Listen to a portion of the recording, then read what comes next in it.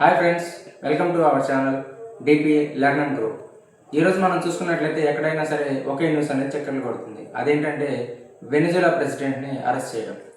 Venezuela president అయిన Nicholas మదురోని ఎందుకు arrest చేశారు, ఎవరు అరెస్ట్ చేశారంటే అమెరికా అనే దేశం అధ్యక్షుడైన డొనాల్డ్ ట్రంప్ ఆదేశాల మేరకు ఆ దేశ యొక్క ఎయిర్ ఫోర్స్ అనేవాళ్ళు వెనిజులాపై అర్ధరాత్రి సమయంలో అంటే జనవరి 3 అర్ధరాత్రి సమయంలో మెరుపు దాడులు చేసి వెనిజులా ప్రెసిడెంట్ని అరెస్ట్ చేయడం జరిగింది. ఇది ఎందుకు జరిగింది, ఎందుకు అరెస్ట్ చేశారంటే అమెరికా యొక్క సామ్రాజ్యవాదం అనే ఒక ధోరణి ఏదైతే ఉందో, అంటే ఇతర దేశాలు తమ ఆధీనంలో ఉండాలి, తాము చెప్పినట్లు చేయాలి అనే ఒక ఆలోచన ఏదైతే ఉందో ఆ విధానాన్ని అవలంబించే అమెరికా వంటి దేశాలు ఇలాంటి చర్యలే చేస్తూ ఉంటాయి. అందులో భాగంగానే ఈ ప్రెసిడెంట్ ఆఫ్ వెనిజులా ఎవరైతే ఉన్నారో అతని మీద కొన్ని అభియోగాలు మోపారు.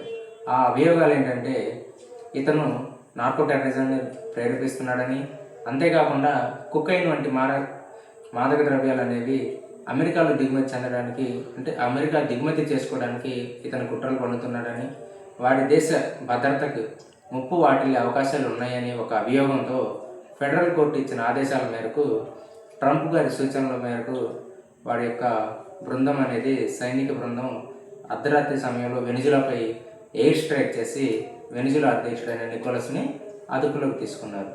అతన్ని నేడు లేదా రేపు ఫెడరల్ కోర్టులో ప్రవేశపెట్టే అవకాశం అయితే ఉంది. అయితే ఈ వెనిజులా అనే దేశాన్ని ఎందుకంటే అమెరికా అనేది గతంలో వెనిజులాని కంట్రోల్లో ఉండేదన్నమాట. అమెరికా వెనిజులాని కంట్రోల్లో తీసుకునేది. ఎందుకంటే వెనిజులాలో చమురు నిక్షేపాలు ఎక్కువగా ఉండటం వల్ల వాటి వల్ల అమెరికా లబ్ధి పొందుతూ ఉండేది. అది కొంతకాలం తర్వాత అమెరికా అనేది వెనిజులాని కాలనీ నుండి తీసేయడం అంటే వెనిజులా స్వతంత్రం పొందినట్టు అయింది. అమెరికా తన పని తాను చూసుకుంటూ ఉంటుంది. అయితే ఈ సమయంలో వెనిజులాపై మళ్ళీ తన యొక్క సామ్రాజ్యవాద ధోరణిని చూపించాలనే ఉద్దేశంతో నికోలస్ని అరెస్ట్ చేయాలనే ఒక కాన్సెప్ట్తో ఈ అభియోగాలన్నీ మోపి అరెస్ట్ చేయడం జరిగింది. అయితే వెనిజులాకి మనకి భారతదేశమైన మనకి ఏంటి సంబంధం అంటే వెనిజులా నుండి మనం కొద్ది మొత్తంలో చమురుని అదేవిధంగా ఐరన్ స్క్రాప్ని దిగుమతి చేసుకుంటున్నాం.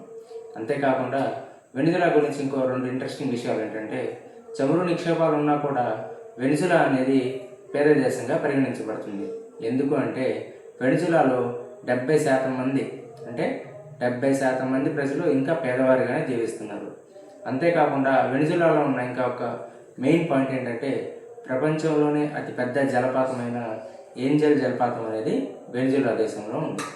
ఇది కాకుండా వెనిజులా దేశం నుండి మనమే నేర్చుకోవాలంటే అక్కడ ఉన్న ప్రభుత్వ విధానాలు, చమురు నిక్షేపాలు ఉన్నా కూడా అది ఎందుకు వినియోగించుకోలేకపోతుంది, ప్రభుత్వంలో ఉన్న అవినీతి, అది అంతేకాకుండా ఇతర దేశాలతో ఆ సంబంధాలు అనేవి ఎలా మెయింటైన్ చేయాలో తెలియక వెనిజులా అనేది వెనుకబడటం జరుగుతుంది.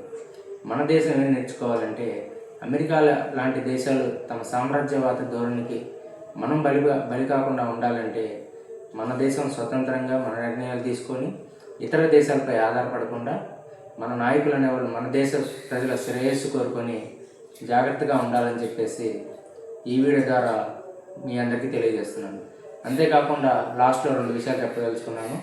ఏంటంటే ఈరోజు ప్రత్యేకత ఒకటి ఉన్నది. అదేంటంటే సర్ ఐజాక్ న్యూటన్ అనే ఒక గణిత సైన్స్ పితామహుడైన అతని యొక్క జననం, అంతేకాకుండా ఇంకొక వ్యక్తి బ్రెయిలీ యొక్క జననం అన్నమాట. అందులకు లిపిని కనిపెట్టిన లూయిస్ బ్రెయిలీ అనే అతని యొక్క జననం కూడా నేడే. కాబట్టి నేను ఇప్పుడు దాకా ఈ మాట్లాడిన విషయాలపై మీ కామెంట్ ఏంటో కింద తెలియజేయండి. Thank you.